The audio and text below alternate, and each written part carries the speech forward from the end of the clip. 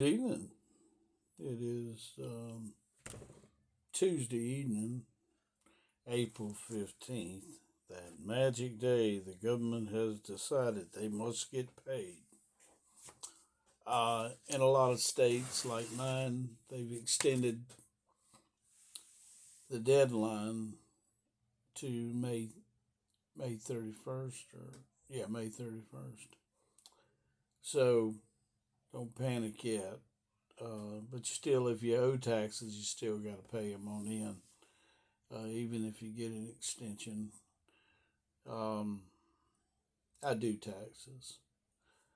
Um, this is Joe Talks, and let's talk about something.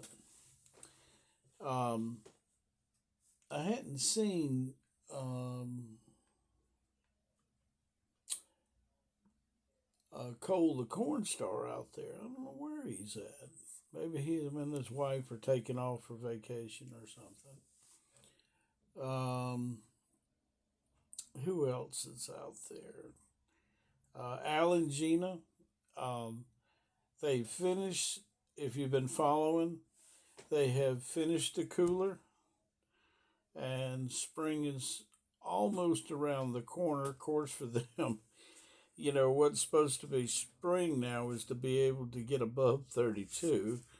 It's been getting cold, and um, they have been,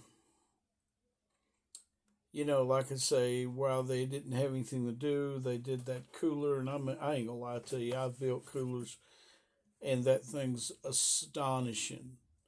The hard work he's put on it and the trim. You'd think he was in the cooler sales business, but it's so clean and so set up. He's really thought about uh, like the hook that's going to go at the top for hanging like deer meat, or up there they have moose and deer, but for them to be able to hang it in a private cooler, even the thoughtfulness to put a drain in there so you can wrench it down, and the walls are made out of that plastic board that they cover it with. Man, him and his wife have went out of the way on that. Even the dog was helping. Every time he cut a piece of wood or trim it up, the dog would walk over there and pick it up and go put it in his pile. It's like the dog says, "Well, I'm gonna be in on this." Uh, the the piglet, the pig hasn't had piglets yet, um, but and all the cows are doing well. I was worried about the cows being out there at those sub temperatures out there, but I mean those cows have got snow on their back, and they have so much insulation on their body and fat that you can tell that they're not getting cold because the snow is not melting on their back.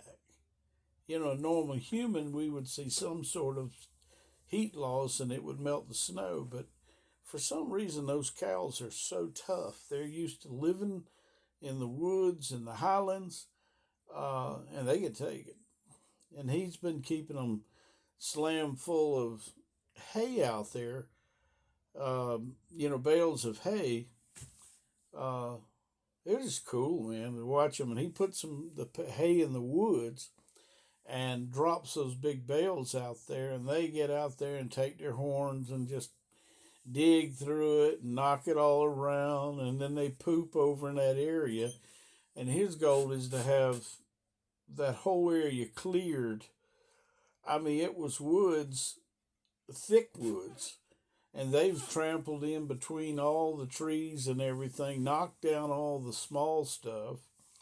Um, Even the little small trees, they get up there and start chewing on them. And I seen them the other day. They were all working together like a team and knocked the thing over. I don't know what they wanted, but whatever it was, they got it. It is kind of funny. I mean, he's got three or four up there in the woods, and they just it's it's the way you'd like to see your cattle. They're up there, and they're going to clear the woods for him. And he had goats at one time.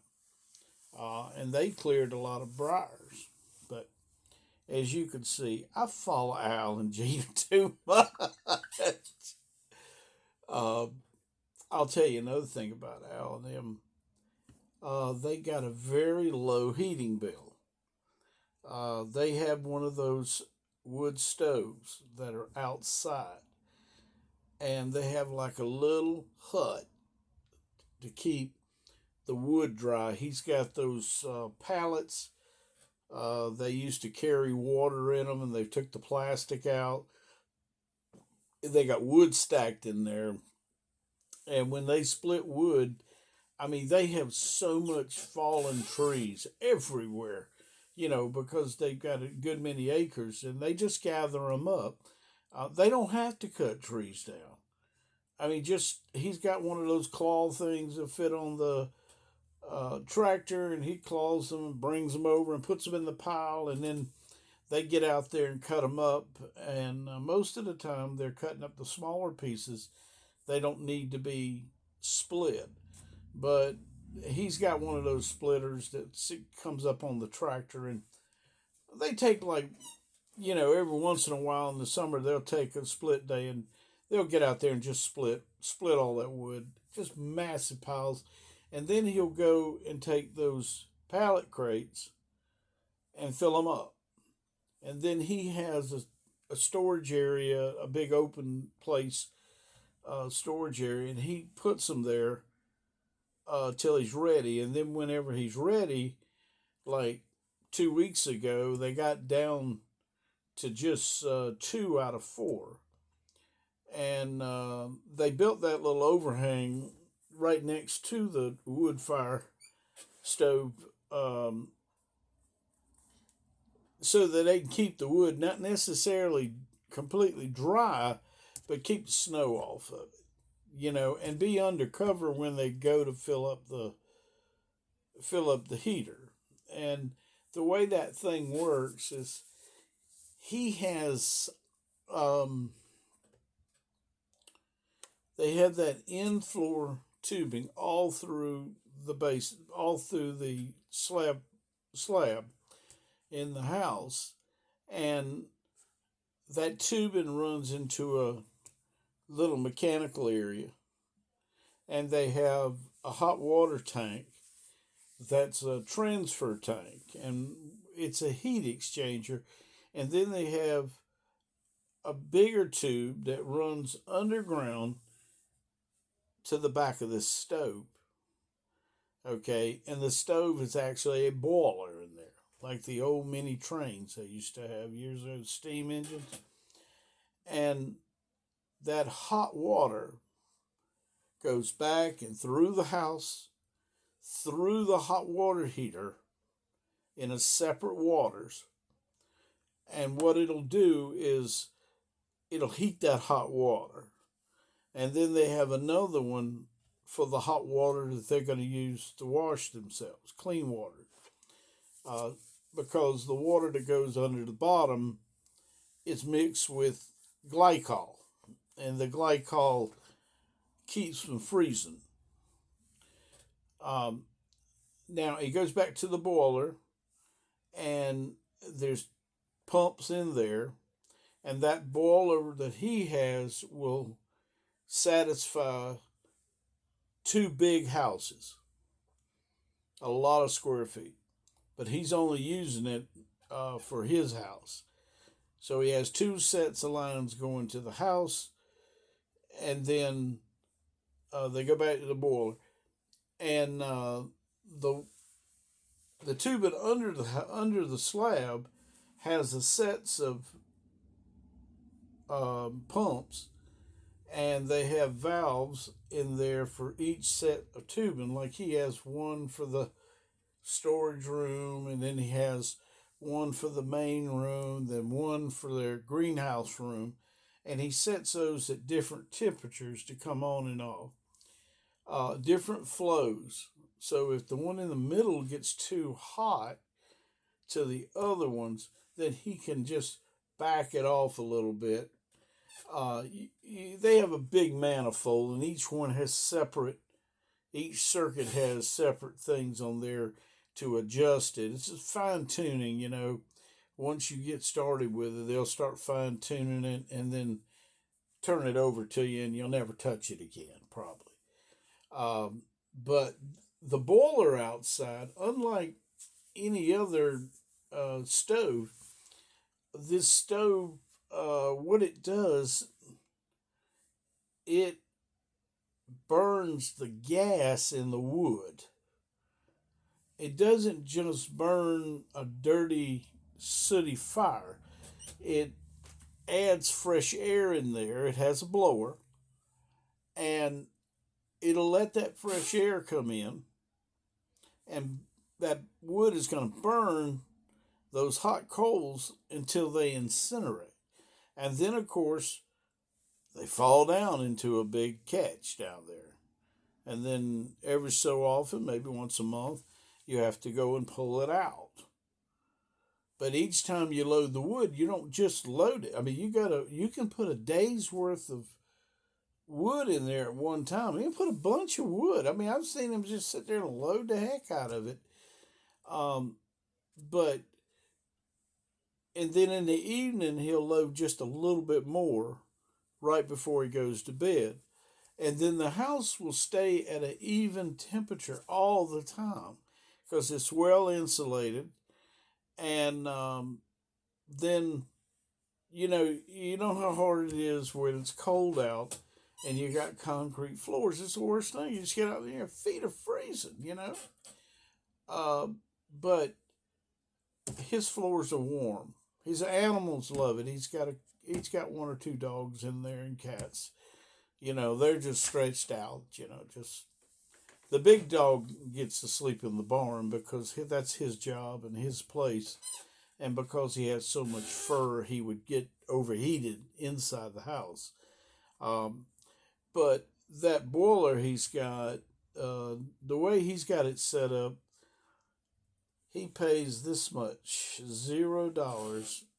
Now, he has a propane backup system. If that boiler, he doesn't have enough wood, or if he can't get out there, or Regina get out there to load it, then it will automatically kick in, go in an emergency mode, and gas fire with the propane, which I think is great. Because if I got sick and I can't get out there and load it, or I'm waiting on wood, I mean, I'm going to be freezing to death, you know, in the house. I mean, they get up to zero, they get zero temperatures all the time up there. He's up in New England, you know, it's up there pretty far. Anyway, I'm excited about that. And they also have, besides having solar power, and they have a huge off grid system. And his was because he's so far off the road. It wasn't about the money, but they would have had to destroy so many trees to give them a pathway, a 40-foot run all the way back to the road. And he would have had to pay for that. So he just invested that money and had him a solar. He's got a ground mount solar array, about 10 or 12,000 watts, and then he has 3 inverters and 3 huge batteries. A nice solar, and he never messes with it. I mean, he never touches it. But he also, Gina did not want gas stove. She didn't want to gas. She doesn't want to mess with gas. Well, theoretically, if you had the battery backup, you should be able to run everything in the house. So if you're harvesting energy from the sun, light energy, and I'm a big solar thing, but you know, like right now, me and my wife were discussing, and my tax check's coming back, and I'm going to invest. And the way I sold this to my wife, I'm going to get off a second, Al. Let's talk about the solar. I went and did an experiment, and I put it's on there where I did it for some of the people that I know in Africa. to talk to them about it, about investing in this. We were paying about $300 a month, and we finally went and bought, you know, an air conditioner with heat. And I like gas heat. You know, I'm getting older, and I like the warmth of gas heat. I know that there's all kind of heat pumps and everything, and I'm not knocking them, okay? But when gas is there, natural gas, I'll take gas, you know. And I would take I would take a gas dryer, and I would take a gas stove. You know, I'd run the whole gauntlet on it. Gas water heater too, if I could get away with it. Uh, don't really care for those instantaneous water heaters. They have a little bit more maintenance than people tell you because you got to flush them. So when you add all that back, plus they're hard. Anyway, it's just not my thing. But so we got our electric and our air condition this season has been running so far. We're older. All of us are seniors. Me, my wife, and my father-in-law. He's 84. Uh, if anybody knows us, he fell last week. He's doing great. Um, just he got dehydrated from the medications he was taking. So, but he's up and running again, doing taxes, driving me nuts. But I'm a guest in his house. You know, we're the guests that never left. If we came 25 years ago, we never left. But as he says, it's the first time that I've ever had a guest that paid rent. You know, all the other family come in, you know, and you're ready to get them out fast as they get in. But he wouldn't let me leave. But I love him, and he's a great father-in-law, uh, and he's dad to me. You know, just because we're kind of like partners. Both of us are getting older, and uh, you know, it's just. And when he had heart trouble, you know, I was there to take care of him, and uh, he told me, he says, you know, I just, and you know, it gets kind of personal there when you know, somebody's got to be with you and walk with you and go to the bathroom with you, you know, and I've been in that spot myself, so don't I know that feeling, and it's good to know that you know somebody's close enough to you that they can go in there and go to the bathroom with you and you know not make a big deal about it and you know and it's remember that when y'all get older or if you got parents make sure you don't embarrass them and give them the privacy about their private things, whether it's their dirty clothes or whether it's their depends, aka diapers. Uh, but what I was gonna do, I'm gonna get back to the solar. I got a few dollars in the bank, and you know when the CDs they only give you just a couple of percent now, and to me to get 1% of $1,000 is $1. To me, that's not growth.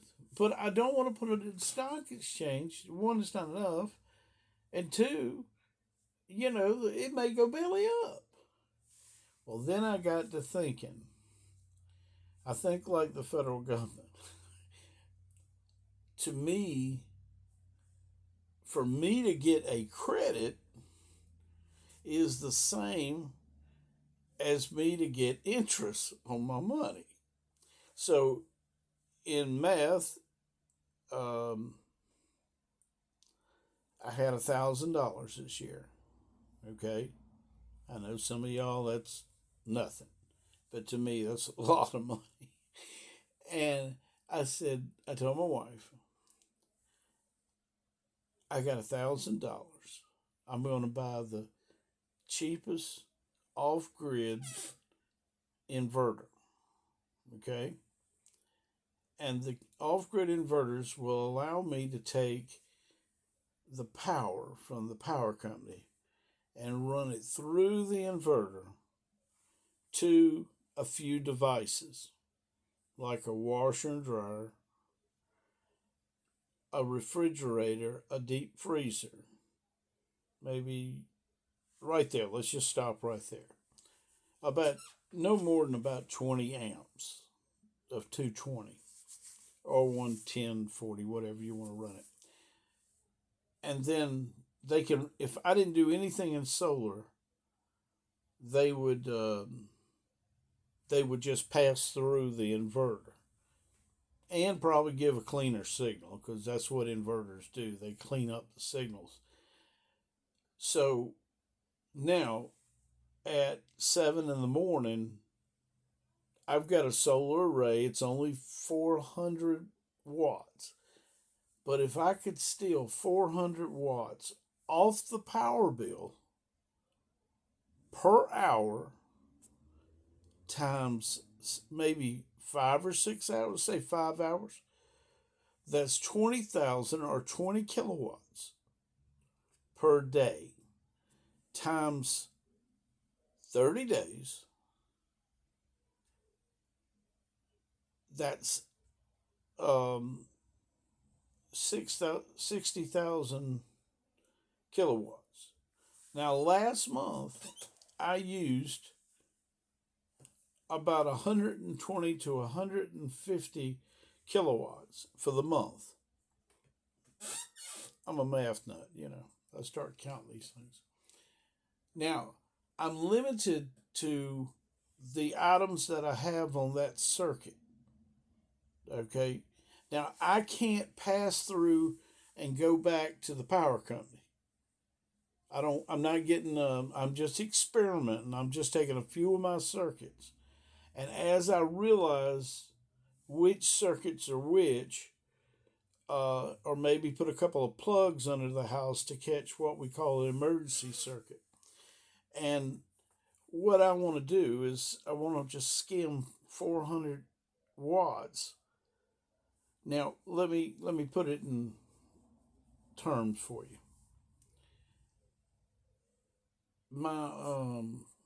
My dryer takes a 30 amp circuit times 220 volts, which is 6,600 watts. So I harvest 400 per hour, but I have four 12-volt batteries to make 48 volts. So let's just say it's 50, just for calculations. If I take 50 volts times the batteries are rated at 100 ampere hours. So if I put them in series, the ampere hours are all the same. So I take that 100 and multiply it times 50. And that becomes 5,000 watts per hour that I can kick back into my system. Okay, so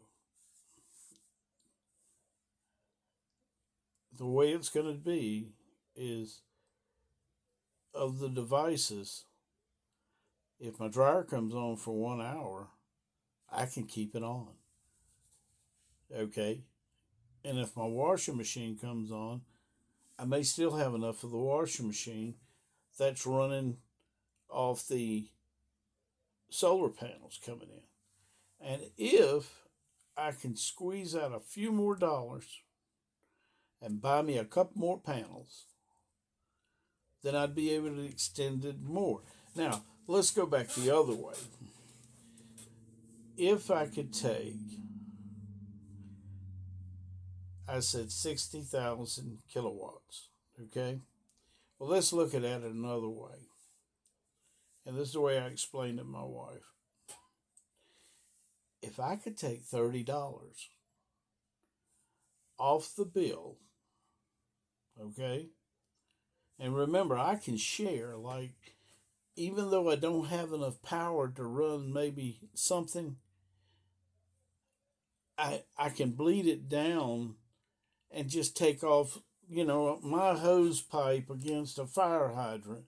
I'm still contributing, but not as much. But that's the flow through practice, is that we flow it through and I put mine in, you put yours in. Okay? And that's what the Grow Watt inverter does. And so if I could get $30 savings a month, just $30, I'm not looking to pay off my investment.